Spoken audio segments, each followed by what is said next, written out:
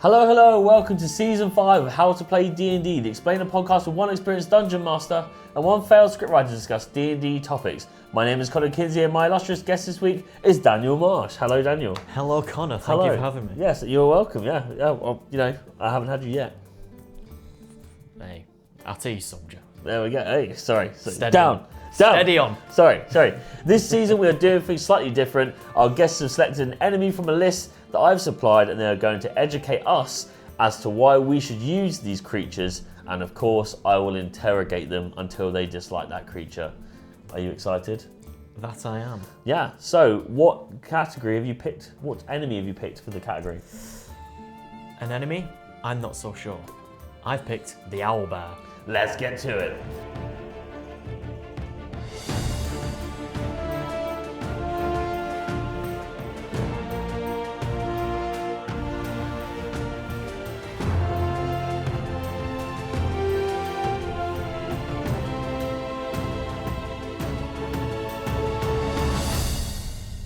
Okay, so today's episode is on Owlbears, one woman's idea of a perfect pet, another middle-aged man's dream Japanese love pillow.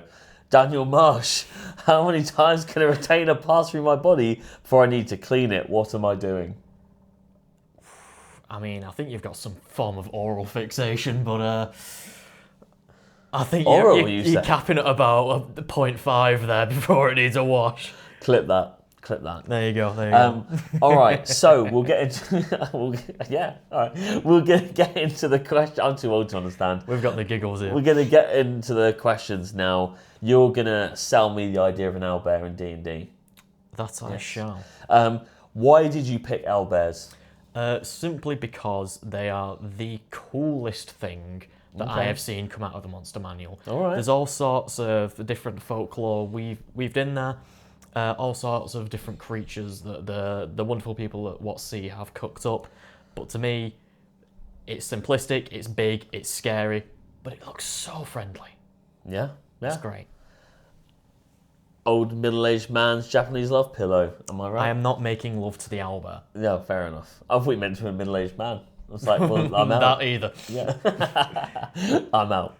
Okay. All right. So, what kind of stats does an owlbear have? Well, owlbear, as I've said, quite a large creature, quite tanky. Yeah. With it being so large, it does have a moderate AC of 13, fairly easy to hit. Obviously, you've got a large target in front of you, but it will take a lot of hits at 59 HP, and that's at its base. And it is reasonably fast. It has a bit faster than your average player, 40 speed and 40 climb. You ain't outrunning it. It is catching up to you. Yeah. Whether you fly, whether you dig, it's coming for you. It will get you. Okay, yeah, thank you. How does a DM use an owlbear in their game? For me, I stole this off the internet, don't tell.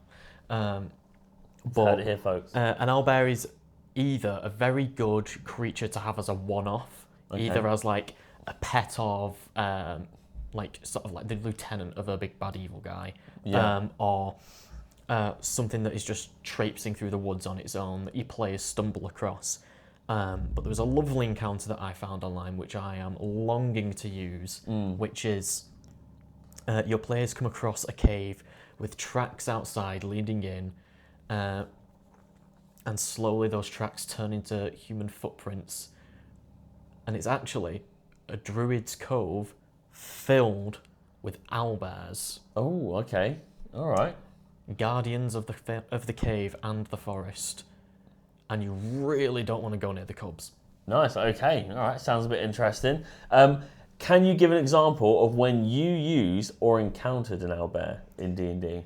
I can tell you when I narrowly avoided one. All right. Yeah. I've only narrowly avoided one as well. In my very first campaign, this was Mines of Fandover, and we're at the final castle that you go to, and I won't go into much detail in case anyone hasn't played Lost Mines of Fandover, although very good starting out campaign. Yeah. Very easy to DM, very fun to play. Within that castle, in one of the rooms, was an owlbear, and we were walking through, we were fighting bugbears, making our way through some goblins in there, sneaking through this castle, narrowly avoided the room with the giant angry owlbear inside, which my DM told me in a separate time he had run Lost Mines of Fandover for a different group. One of them had rolled such good animal handling as a ranger that they just immediately befriended this owlbear and decided to keep it as a pet for the rest of the campaign. Done. Which then didn't have to last much longer because they had an owlbear. Yeah, completed it. I think we played Lost Mines, and I think I also got an owlbear. As a group, we gained an owlbear. I think it's Now a we avoided very combat. good pet. Yeah, we gained one, but the next session we all got blown up. That's because you got the owlbear. There had to be Probably. some balance. Yeah, in that was it. That was it. That was it. We failed. Yeah. We all TBK'd. What's your least favourite enemy in D&D? This is already the final question. Already. If you've got things to sell me on the owlbear, I want to hear them. But first, what's your least favourite enemy in D&D? Do you have one? And if you do, why? Not that I've given much thought to. Yeah, I thought this would be a tough question. It is a tough question. I'll tell you, the one I've experienced, which I hated going up against. Yeah. Okay. I like it as a concept. Great enemy. Certainly a good one for DMs to throw at the players. The Nothic. Oh, I mean, I love Nothics. Nothics, I love them as Scary. a concept. Scary. Terrifying creatures. Yeah. And if you don't know what you're going up against as you go into that fight, you will have a very tough time. Yeah. Also in Lost dealing with the Mines. Nothic. Also in Lost Mines. Also in Lost Mines, yeah. But playing against that it was my first campaign, not knowing what a Nothic was, and my DM laughing at me as I went through the Mind Palace of the Monster Manual, trying to figure out what it was, and I couldn't figure it out, and my character nearly died in a pool of imaginary blood as they were being tortured by the Nothic. It was a very scary do, and I do not recommend players go up against one. No, just like my ex-husband. Tell me more about that. Yeah. Okay, yeah. What's my least favourite enemy in D&D this week? Go on, hit me with it. I reckon it's a beholder. See, that's controversial. It's controversial because the famous beholder. It is D&D, right? Mm-hmm. But whenever I've played against it, it's like the DM's not doing enough with it, or it's so powerful and the DM loves that it's not enjoyable to fight. It's either not enjoyable to fight, or you go, this could have been... You know, like people who, they'll run dragons, but the dragons don't fly or anything. And it's like, so it's kind of like that. The beholder becomes that. Yeah, you remove an element of the fun from that combat. Yeah, and I kind of get that with beholders. Or they're so into a beholder that actually you're just like, you've turned up. We weren't allowed to turn up. We're just watching our players through a window get... Yeah, your characters are just getting destroyed. Yeah. My question to you then is, do you have a preference between a beholder and a spectator? And what are your thoughts on Xanathar? Haven't got much on Xanathar. Haven't come across him outside of the books. Of course. Bits of lore. I like the look of a spectator. I've seen like the painted miniatures. It looks way cooler than the beholder. But Agreed. I've not encountered one in the sessions. Have you not played Baldur's Gate 3? Oh yeah, but you know, you just kind of like, it's pretty quick. You get in, you get out. To be fair, yeah, that is a... There's a lot of kind of like guest appearance at the encounters. table, that spectator would be a lot more scary. Yeah, 100%. And it's a kind of like passing by enemy, isn't it?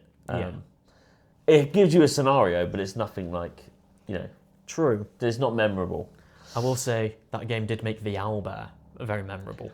Yeah, fair enough. This is partly my introduction to the creature and partly why it has stuck with me so much. Yeah. To the point where I have it tattooed on my leg, and if that's not a ringing endorsement, I don't know what is. Do I let him keep the owlbear, or do I chuck it in the bin? Who knows? No, we don't actually do that bit on here. We just ask you what you like, and then I tell you why I don't like it or do like it.